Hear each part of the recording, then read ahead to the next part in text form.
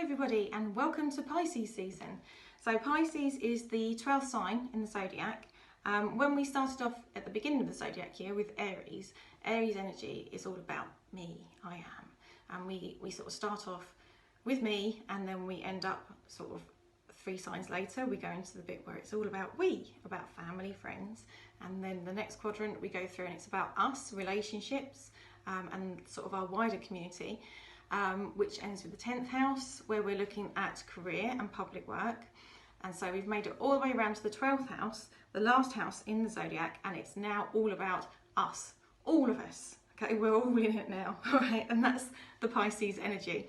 And when you look at the water signs, I feel like they have a very different energy about them. With Cancer, the crab, it's like a cute little rock pool. With Scorpio, it's like a very still lake that's dark and murky underneath, because remember with water signs it's all about what's going on underneath, not necessarily what's on the surface. Very mysterious Scorpio.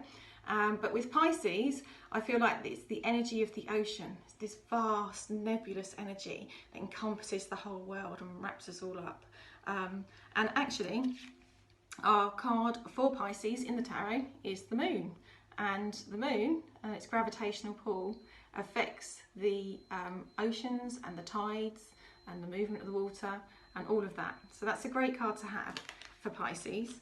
Pisces people are very imaginative, intuitive, empathic people, but they can be a little bit dreamy, a little bit illusionist, you know, sort of get swept away. I find they kind of adapt themselves a little bit, people pleasing and stuff like that as well. So that's something you have to watch out for. They don't always have good boundaries. Yeah, and they'll just sort of do whatever they think you want to keep you happy, which is not always good for them, but they're lovely people. Right, so our cards for this reading are, so we've got the Lovers. Ooh, straight into the romance.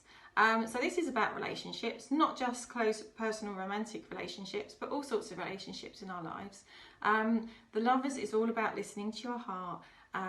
It can be a little bit about intuition and how you relate to the people around you. You know, are you getting what you need from these people? What is it that you want in relationships? You know, getting really clear on that. It's about decisions. And these are big decisions to be making, getting involved with people. So on whatever level that's happening, look at your decisions. Are you making good decisions? Are you listening to your intuition? Are you listening to your heart? Are you doing the right thing? Okay. And then I've actually got 2 kings. So our first one is the King of Pentacles. Now, kings can be people in your lives, or they can be the energy that they bring to your lives. It's a very masculine energy. It's about mastery, I always think, with kings. And with Pentacles, because this is an earth sign, it's about home, family, work, finances. It's a very grounding energy, a very steady, calming, practical energy. So as a person, this could be somebody who is very practical, who works with their hands, either like a craftsman, a farmer, or somebody in finance or real estate, something like that. But I think the message the King of Pentacles is bringing to us is it's about security, and it is about having good boundaries. Okay, so that's quite a good one to have there. And then King of Cups, we're right back into the world of romance. Obviously Cups is a water energy, which ties in well with Pisces. It's all about emotions, and again can be somebody who's quite dreamy, romantic, very emotionally available, eager to please. Can be someone quite artistic if they're into that line of work. But again, with the King of Cups, it's all about listening to your heart. So I feel like I've got 2 very emotional, romantic energies going on here, with in the middle this lovely, grounding, steadying energy of Earth. And especially when we're thinking about the Moon and Pisces, don't get caught up in you know, an illusion or a romantic dream. Make sure that you are setting good boundaries and being quite clear about what you want out of your relationships. It's very easy, especially when we're dating, to get too caught up in whether they like us and not really analysing what do we like about them. Is it just that we're loving the attention right now? Do they hold the same values as us? These kind of questions are really important when you're entering into relationships with anyone, really.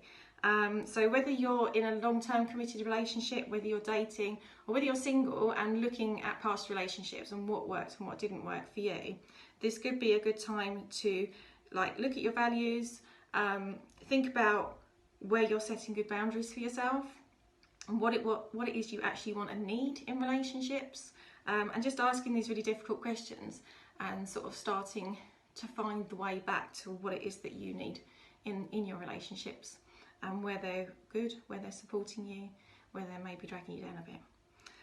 Okay, don't get caught up in the romantic illusion. It happens to all of us. Okay, so when I started these readings with Aries almost an entire year ago, I wanted to learn about how astrology and tarot work together. And I've really enjoyed going through the whole astrology year and learning about how the tarot cards relate to astrology and how that all works together. So having reached the end of the astrology year, I think I'm going to call it quits at this point with the astrology and tarot readings. Much as I've loved them, I'd like to focus more on the monthly readings, which I will keep up, and also we've got the picker cards, and I've got lots of other things going on which are sort of starting to drain my energy, and I don't want to spread myself too thin at this point. So I hope you've enjoyed our little trip through astrology and tarot, and I'll be back in about 10 days time anyway with our reading for March. Until then, much love, and I will see you later. Bye.